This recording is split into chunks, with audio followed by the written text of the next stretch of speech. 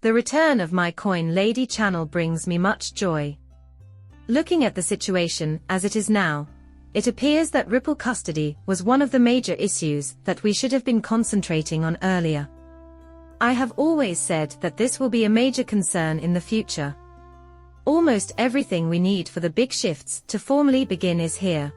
So I'm delighted I've been making movies about this and why it's such a crucial issue.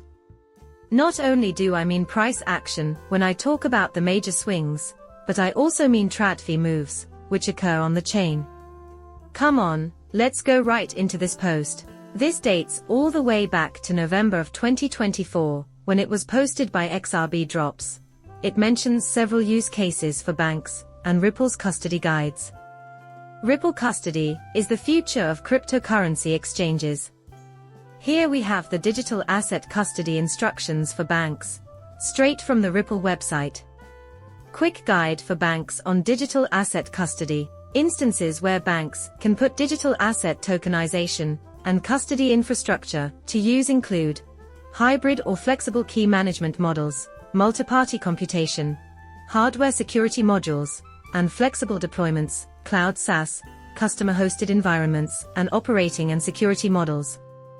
Financial institutions have the opportunity to introduce new use cases to the market through tokenization and digital asset servicing. These use cases can include providing custody and issuance of tokenized securities and real-world assets, RWAs, serving as a platform for institutional investors to register tokenized securities, creating sub-custody networks for structured products with crypto and digital assets as underlying, and enabling a wider range of investors to directly invest in commodities like gold and rare metals. We can eliminate the need for manual bookkeeping reconciliation at every step of a transaction, from issuance to distribution, trading settlements, and asset servicing, by using tokenized bank deposits as a medium of exchange. Oh, and let's open this in a new tab for you guys to see it. A digital asset market opportunity worth $20 trillion is hidden in that little space on the right. Ripple custody makes it easy to plan ahead for the impending institutional adoption of digital assets. Experts predict that by 2030, as much as 10% of all assets will be tokenized and represented on public or private blockchains. In the lowest tier, we find the major financial institutions that have formed partnerships with society, such as General, BBVA, DZ Bank, Deca Bank, VP Bank, BCB Group, Archix, TOG Union Bank, DBS, Zodiac Custody with Standard Chartered, Roll Match, VDX, and the FinTech guys. Ripple is becoming the bank of banks. This is what we got from Smoke Dog over here. The debut of Ripple's crypto custody for banks was driven by this need. US Tier 1 investment banks are planning to introduce crypto custody services after Trump reverses Biden's veto of Senate Bill 121. Ripple predicted this change would happen in 2020 when the OCC sent a letter confirming that domestically licensed banks can offer crypto custody services to clients. By 2025, US banks are expected to have widely adopted this practice. Neither banks nor Ripple want to pass up the lucrative and inevitable chance to establish a position in the custody of tokenized assets. Here we have a red sweep, by the way. This was posted in November of last year. What does this mean? As if that weren't enough, Trump unexpectedly reversed Biden's SAP 121 veto, adding even more momentum to the already bullish fundamentals. Crypto custody services are being extended an invitation by veto to top investment banks like us. Now is the time for banks to interact with clients who own crypto assets, because if this law passes, it will trigger a domino effect of other countries doing the same. From a structural perspective, the accumulation of wealth by nations drives up demand and prices. Adoption of crypto assets is rapidly expanding outside the financial sector and into the world's most important and susceptible trading hubs.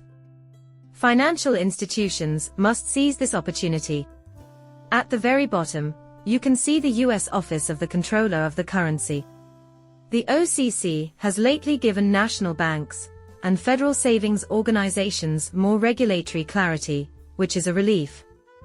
Banks within the national system can offer cryptocurrency custody services to their clients, according to an interpretive letter published by the OCC in July 2020.